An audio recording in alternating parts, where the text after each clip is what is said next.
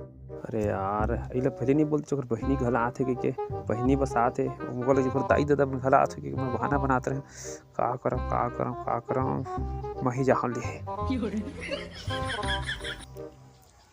हाँ सुनना हो बहनी तो जीजा नहीं जाऊँ कहते वो लेला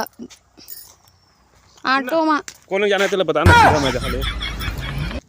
जल्दी तैयार हो बोल दो कि मैं ले जाता हूँ ठीक है तैयार हो बोल दे अभी तक तो नहीं जाऊँ कहते रहे अरे काम कैंसिल कर दिया ना अरे तुर घर के में भी जरूरी है समझे का ना बात का ठीक है मैं लेके आता हूँ जा